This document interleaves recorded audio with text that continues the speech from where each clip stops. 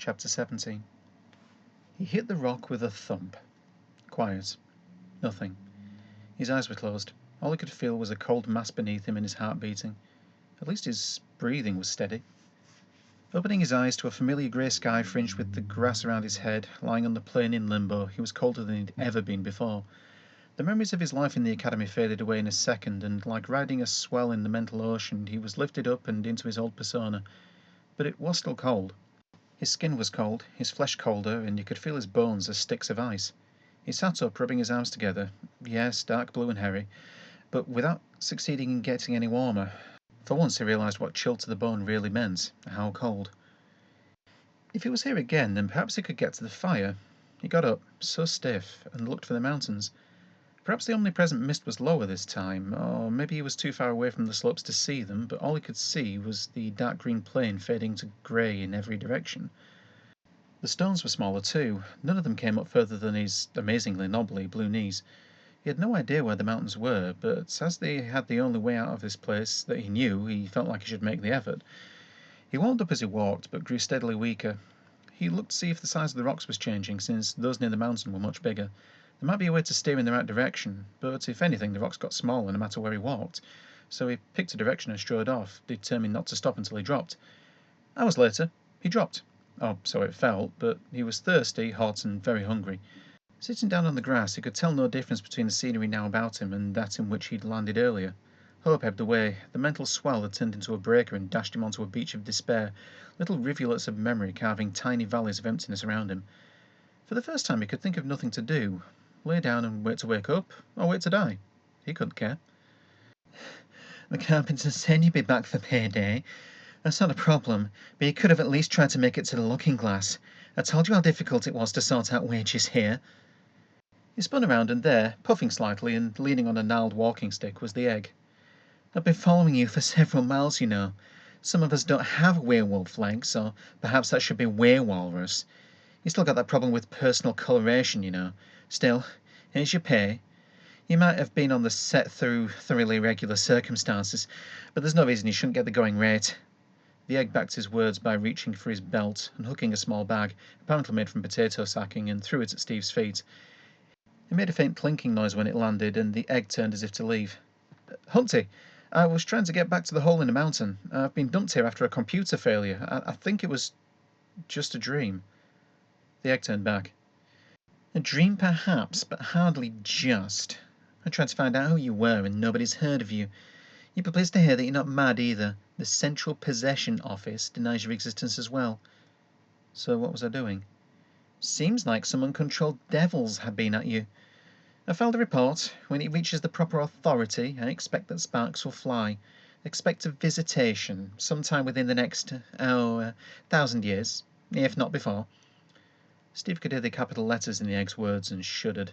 He wasn't at all happy with the idea that whatever strange forces were in charge of this place should take an interest. Least of all after 1,000 years. He just wanted to wake up. I just want to wake up. Huh, this waking fixation. Won't that musical map work pull you out of it again? It seemed to work last time. I don't know. This last dream has been very strong. It wasn't at all dreamlike. I never felt strange, never remembered that it was a dream. It was also natural until I think I died. And the egg twisted his stick, which turned out to be a shooting stick with a small seat on one end, and sat on it in silence. 5 or so minutes passed. Steve could bear it no longer and said, Well, any ideas? Ideas? Thousands. How you can claim to have a mind worth saving without having ideas is beyond me. But unfortunately, none seem to be directly relevant to your situation. It's a good thing I've paid everyone today. I can spare you a little time. Perhaps one of the ideas will prove to be of use. I must think on this further. And the egg fell silent again. Presently, Steve picked up the small bag which had been thrown his way. It was heavy, and he tugged at the drawstring that held one end closed. Inside were 5 small, dull grey coins. He picked one out. It was inscribed with an ornate design on one end and Papu 99.999 on the other. He didn't want to interrupt the egg, but as the august ovoid was apparently engaged in an unproductive stare into space, and Steve was very hungry, he decided there was nothing to be lost. Excuse me? Excuse what? No, pardon me? What have you done? Interrupted you, I suppose. I'm sorry. Pardoned, but please, don't do it again, there's a good chap. And the egg went back to a reverie. No, I'd like to ask a question. Don't learn very fast, do you? Oh, well, what is it? If it's about waking, then I haven't come up with anything yet. It isn't. I was wondering why the coins weren't shiny gold or copper or anything. What do the inscriptions mean? That is really 2 questions. But were I to answer just one, I expect you'd interrupt once more. So it would be best for me if I were to politely ignore your impoliteness and answer both. Steve waited, but the egg had apparently said all it was going to. The faraway look came back into his eyes. And? Huh. I can see that me being polite doesn't help, since you are determined to interrupt me once more anyway. But you didn't answer my questions. And complain of my responsiveness. Such lack of manners. Another pause. Well? The egg sighed in an aggrieved manner. The coins are that colour because they are precious. Anyone can make shiny gold colours, or cupronickel, anything but you humans who hold such things important. But paraplutonium is a little more inimitable. The number on the obverse is the purity. The design on the reverse is the seal of the grand elemental. Steve was worried about this. Paraplutonium? Is that like plutonium, the stuff that we make bombs out of? It is much the same, only more stable and non-radioactive below paracritical mass. Above that, it's identical in behaviour to a much larger mass of your plutonium. Only nobody here much cares to make bombs. Which is why we make coins out of it. It discourages avarice and overcharging, if you know that. Should you be successful in your pecuniary greed, you'll be no more than the centre of a very large crater. There are no millionaires around here. What's the paracritical mass? 6 coins. So if I got one more coin and put it in this bag, I'll be blown up. Very quick, and also very dead. But every time I die, I wake up. Perhaps? If you choose that option, you can, but it would only be fair on your fellow workers to give them a few minutes' warning before attempting to escape as a cloud of radioactive overheated ionized gas. How can I get another coin, then? I'm afraid you can't, at least not from us. You're lucky to get those. I argued that you deserved at least something for your inconvenience, and since the standard wage is 5 coins and no less, it was the least we could give you. But now you know the rules, and the only way you can get paid is by signing a contract and doing a good week's work. Can I? You're not qualified. I believe we take apprentices on if they've had relevant experience, and I don't believe you've got that. So how can I get the experience? My dear man. And the egg took on the tone of an indulgent uncle explaining how the television controls work to a toddler for the 5th time. You get yourself a job. On-the-job work experience. It can't be beaten. But you won't give me the job without the experience. Of course not. How can you expect to be able to do the work if you've got no idea of what's involved? This is the real world, not Alice in Wonderland. Steve was silent. He was doing what his mother had always advised him to do before she moved to North Dakota. He was counting to 10. Perhaps I could sell you something, Steve said at length. That would indeed be a way of earning the extra coin you so desire, but I doubt you have anything of value. You appear to be a naked, bedraggled, emancipated walrus, and you are, by your own admission, stuck in limbo, which is composed of rocks, grass, and not much else. I have no need of the services of one such as you. Should I need rocks or grass, I can turn up and take them away without charge from this very place, without involving you in any way, which would seem to cover all your options. I would likewise not advise you to ask for a loan. Your prospects for repayment seem slight, and since the purpose of the advance would be to remove yourself from the only place where I can prosecute repayment, you would seem to be the very worst of bad risks. This was a strong argument, and it was Steve's turn to fall silent. If only he wasn't so hungry, perhaps he could think better. Nothing to eat in limbo except grass and rocks. But of course... Tell me, Mr. Egg. What, pray? Do you enjoy chocolate ice cream? Indeed I do. However, it is not common at the moment. Were I to move jobs, I could indulge my tastes in that direction further, but currently the supplies are irregular to invisible. Steve was beginning to enjoy this, and began to imitate the egg's precise mode of address.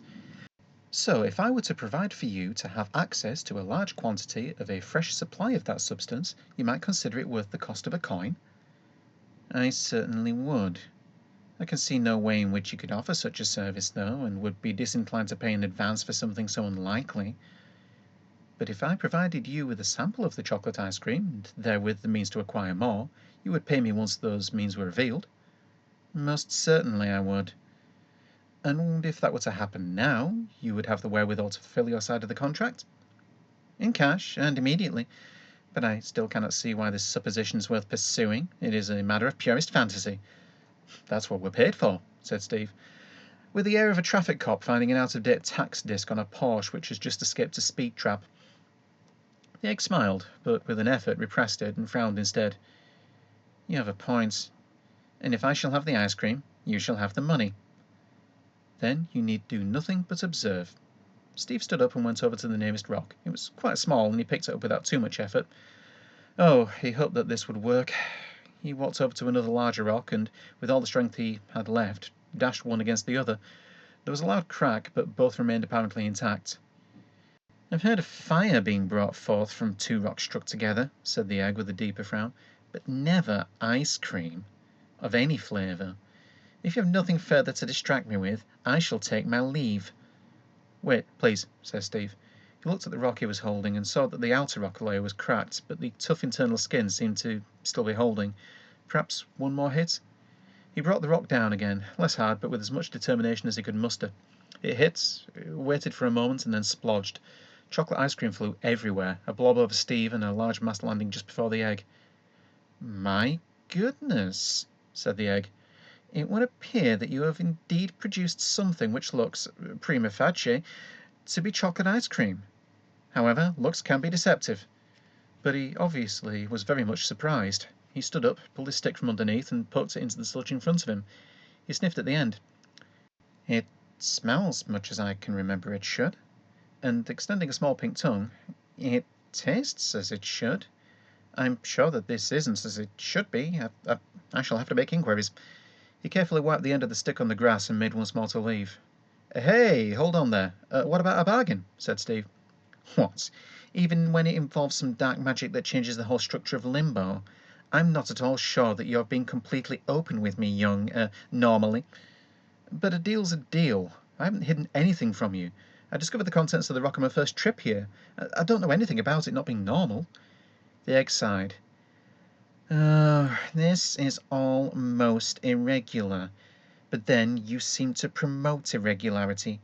1 coin is not such a price to pay if it removes you from my ever-lengthening list of problems. Mind that you don't place it in the bag for half an hour. I shall try and warn anyone likely to be inconvenienced that a small nuclear explosion is about to occur. Goodbye, but hopefully not au revoir. And so saying, he pulled a small grey coin from his waistcoat pocket and threw it onto the ground before turning away and striding off. Steve walked over and picked up the coin. Thanks, but how... He stopped in mid-sentence as he looked round for the egg who had vanished. How was he going to know when half an hour was up? Oh, well, there was always ice cream. It tasted foul.